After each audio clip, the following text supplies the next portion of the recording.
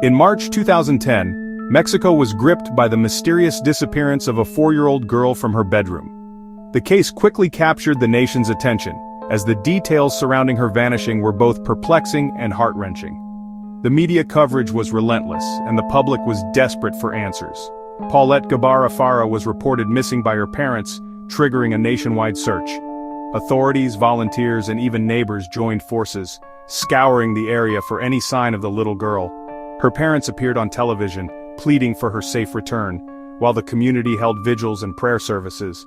But just days later, her body was found in the very place she had vanished from, under her bed. The discovery was shocking and raised more questions than answers. How could she have been there all along? The police investigation intensified, with forensic experts examining every inch of the room. The circumstances of her death remain one of Mexico's most debated mysteries. The case sparked widespread speculation and numerous theories ranging from foul play to tragic accident. To this day, the story of Paulette Gebara Farah continues to haunt the nation, a poignant reminder of the fragility of life and the enduring quest for truth.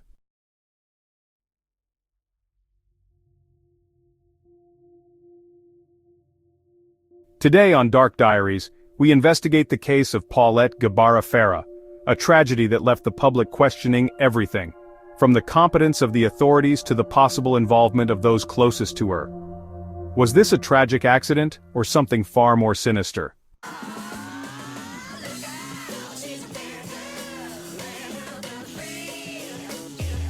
Paulette was a 4-year-old girl living in an upscale neighborhood in Mexico State. She had a physical and speech disability, requiring constant care and attention from her family and nannies. By all accounts, she was a happy and well-loved child.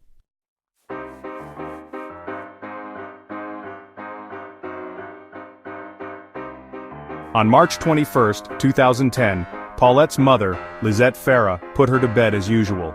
The next morning, she was gone.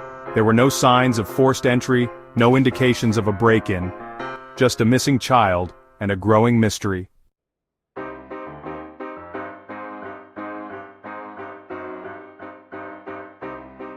The case gained immediate media attention. News outlets covered the search extensively, and the public watched in horror as the story unfolded. Authorities launched an investigation, questioning family members, household staff, and neighbors.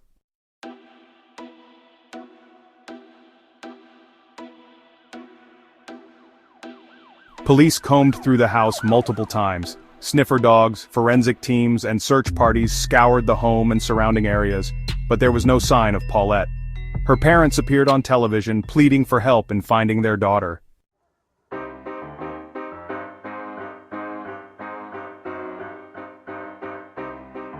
Nine days later, in a shocking twist, Paulette's body was found, wedged between the mattress and the foot of her bed. This discovery was both baffling and heartbreaking. The very bed that had been searched by authorities, the media, and even her own family. How was this possible? How could such a crucial piece of evidence be overlooked? The room had been combed through multiple times, yet no one had noticed her. And more importantly, how had everyone missed it? This raised serious questions about the investigation's thoroughness and the competence of those involved. The discovery of Paulette's body in such an obvious place left everyone stunned and searching for answers.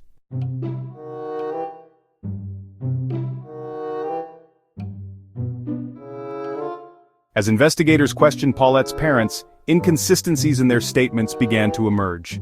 Her mother, Lizette Farah, behaved strangely in interviews, appearing distant and at times contradictory in her statements.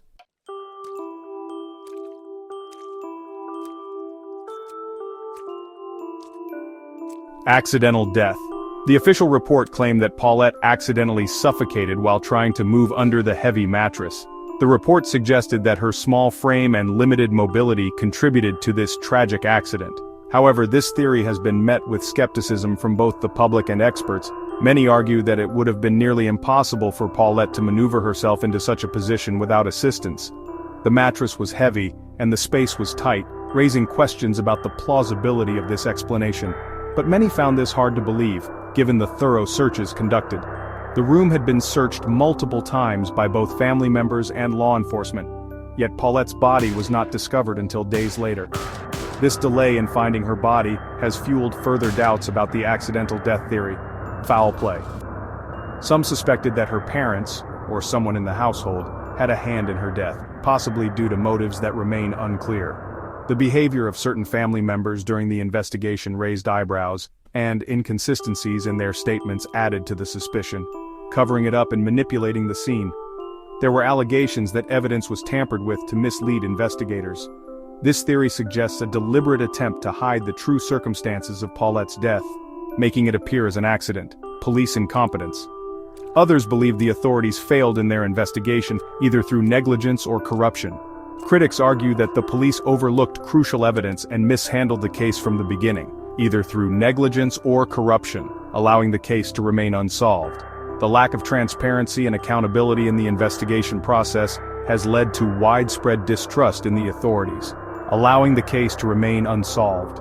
To this day, Paulette's death remains a mystery, with many questions left unanswered and theories continuing to circulate.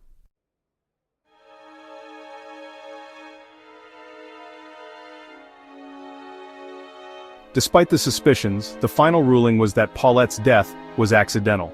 Authorities claimed there was no evidence of homicide, and the case was officially closed. But for many, the answers were far from satisfying.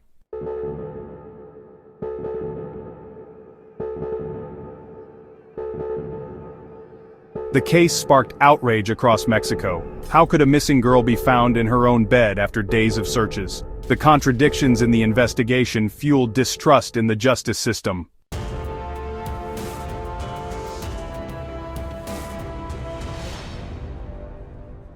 To this day, theories persist. Some believe that influential figures were involved in covering up a crime. Others suspect Paulette's death was the result of neglect rather than murder.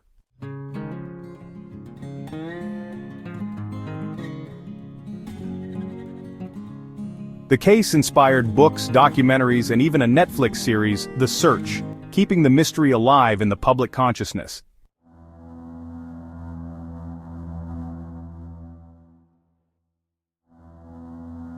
The tragic death of Paulette Gebara Farah remains a mystery wrapped in controversy. Whether an unfortunate accident or a cover-up, the inconsistencies in the case leave many questions unanswered.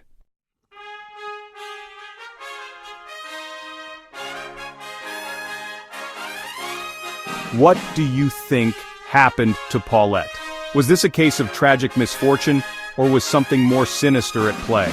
Let us know your thoughts in the comments. And don't forget to like, subscribe, and hit the bell icon for more Dark Diaries investigations.